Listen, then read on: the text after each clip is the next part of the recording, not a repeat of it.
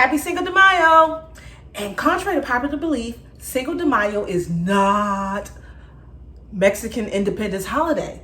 They actually received their independence 50 years before Cinco de Mayo. So this was just a battle between France and Mexico, where Mexico was not expected to win, and they actually did. And so it's a big celebration, but it's not celebrated necessarily all over Mexico. It's celebrated in the city of Puebla a lot because that's where the battle was fought and where it was won. But in the United States and communities where you have a large Mexican population, we do celebrate that holiday. And I live in Houston, Texas, so I'm celebrating. Things that we consider is Mexican. It's not necessarily traditional Mexican. It's actually Tex-Mex food.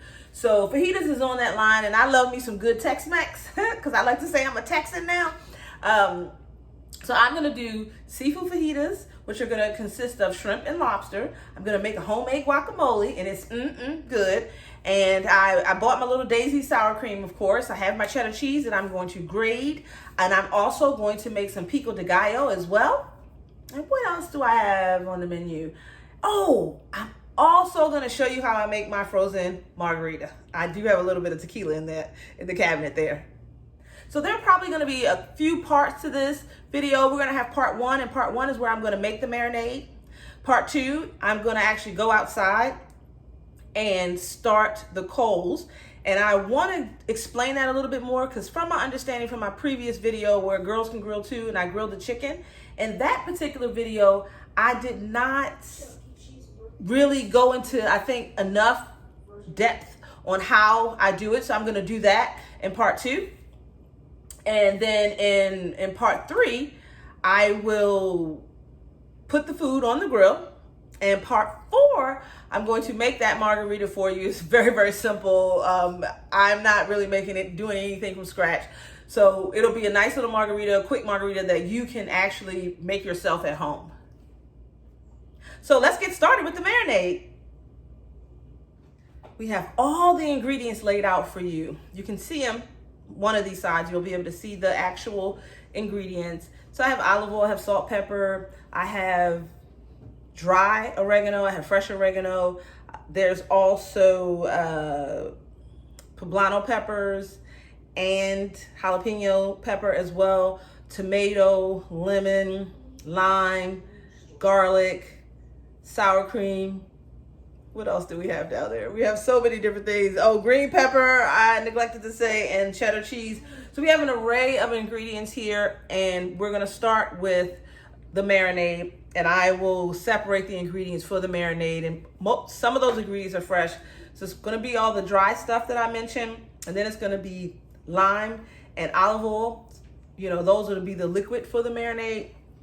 And then we're also going to use some of the fresh oregano and from the cilantro as well, and the garlic.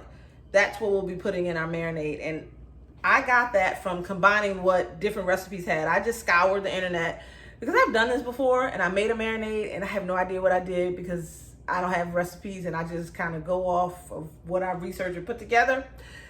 So I had to go out and look for another one. But if I really like what I did this time as much as I did like what I did last time, I think I need to just write this down and keep this in my back pocket.